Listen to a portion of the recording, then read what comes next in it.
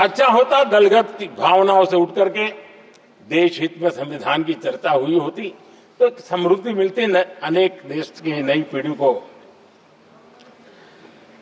आदरणीय सभापति जी, मैं तो संविधान के प्रति विशेष आदर का भाव व्यक्त करना चाहता हूं कि संविधान की भावना थी कि मेरे जैसे अनेक लोग जो यहां पहुंच नहीं पाते, ये संविधान था जिसके कारण हम पहुंच पाए,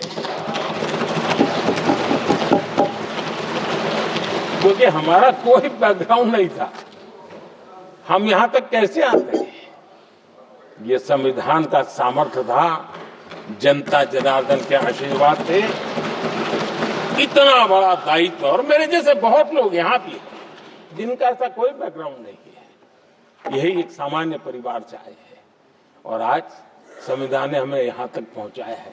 और ये भी कितना बड़ा सौभाग्य है कि हमें देश ने इतना स्नेह दिया, एक बार नहीं, दो बार नहीं, 3 बार।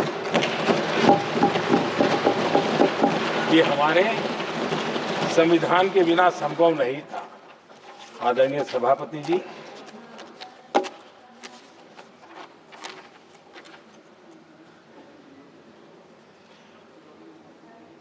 उतार चढ़ाव तो आए, कठिनाइयां भी आई, रुकावटें भी आई, लेकिन मैं फिर एक बार देश की जनता को नमन करता हूं कि देश की जनता पूरी ताकत के साथ संविधान के साथ खड़ी रही।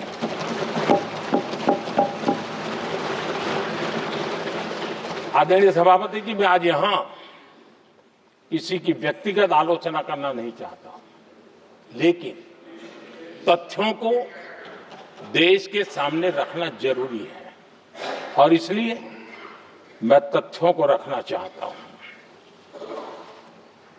कांग्रेस के एक परिवार ने संविधान को चोट पहुंचाने में कोई कोर कसर नहीं छोड़ी है।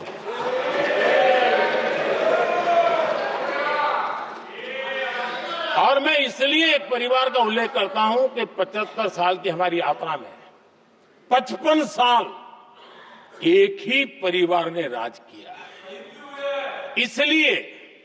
इसलिए देश को क्या क्या हुआ है ये जानने का अधिकार है।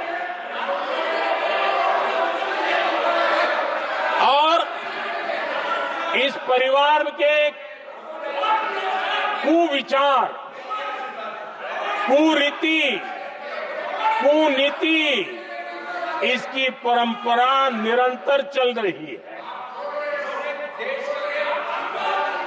हर स्तर पर इस परिवार ने संविधान को चुनौती दी। आदरणीय सभापति जी, 1947 टू 1952 इस देश में इलेक्टेड गवर्नमेंट नहीं थी। एक अस्थाई व्यवस्था थी, एक सिलेक्टेड सरकार थी और चुनाव नहीं हुए थे। और जब तक चुनाव न हो तब तक एक इंटरिम व्यवस्था के रूप में कोई खाका खड़ा करना चाहिए, किया गया था। 1952 के पहले राज्यसभा का भी गठन नहीं हुआ था, राज्यों में भी कोई चुनाव नहीं थे, जनता का कोई आदेश नहीं था। उसके बावजूद भी, और अभी तो संविधान निर्माताओं ने इतना मंथन करके संविधान बनाया था। 1951 में जबकि चुनी हुई सरकार नहीं थी, उन्होंने ऑर्डिनेंस करके संविधान को बदला और किया क्या? अभिव्यक्ति की आजादी पर हमला कर दिया गया।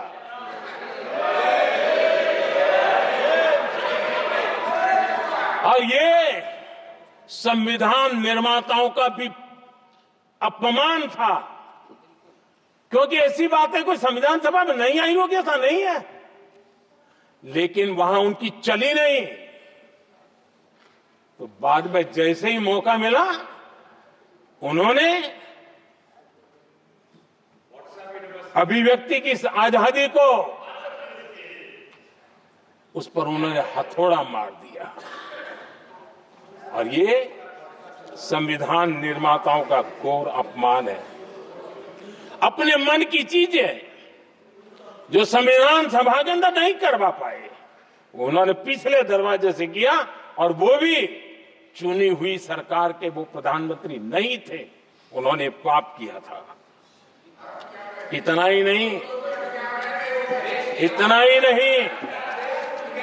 आदरणीय सभापति जी, उसी दौरान उस समय के प्रधानमंत्री पंडित नेहरू जी ने मुख्यमंत्रियों को एक चिट्ठी लिखी थी। उस चिट्ठी में उन्होंने लिखा था, नेहरू जी लिखते हैं, अगर संविधान हमारे, आगे नेहरू जी लिखते हैं, अगर संविधान हमारे रास्ते के बीच में आ जाए, ये नेहरू जी लिख रहे हैं, अगर संविधान हमारे रास्ते के बीच में आ जाए, आगे नेहरू जी कह रहे हैं, तो हर हाल में संविधान में परिवर्तन करना चाहिए। ये नेहरू जी ने मुख्यमंत्रियों को चिट्ठी लिखी।